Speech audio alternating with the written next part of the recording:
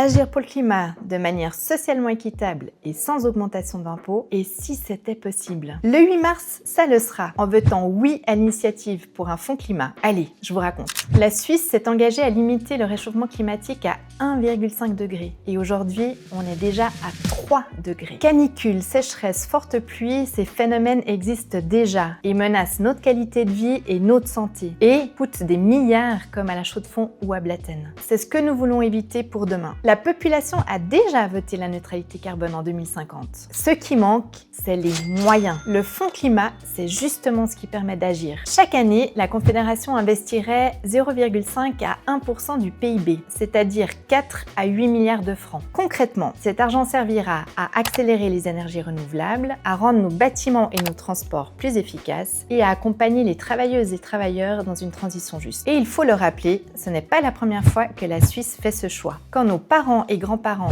ont créé l'AVS, ils ont mis en place une réponse collective et solidaire face à un grand défi de la société. Le fonds climat s'inscrit exactement dans cette tradition, investir aujourd'hui pour protéger demain. Et rassurez-vous, ce fonds financera la transition climatique sans augmentation d'impôts et hors du plafond au frein à l'endettement. La Suisse peut se le permettre, notre économie est solide. Avec le fonds climat, nous réduirons nos émissions, nous créerons des emplois locaux et durables et nous renforcerons notre souveraineté énergétique. Aujourd'hui, la Suisse dépense des milliards pour importer du gaz, du pétrole de pays qui sont souvent dirigés par des régimes autoritaires. Demain, cet argent pourrait être investi ici, dans nos régions, notre économie et notre avenir. La crise climatique est le plus grand défi de notre génération. Le 8 mars 2026, pour le climat, pour la justice sociale, pour l'avenir, oui à l'initiative pour un fonds climat.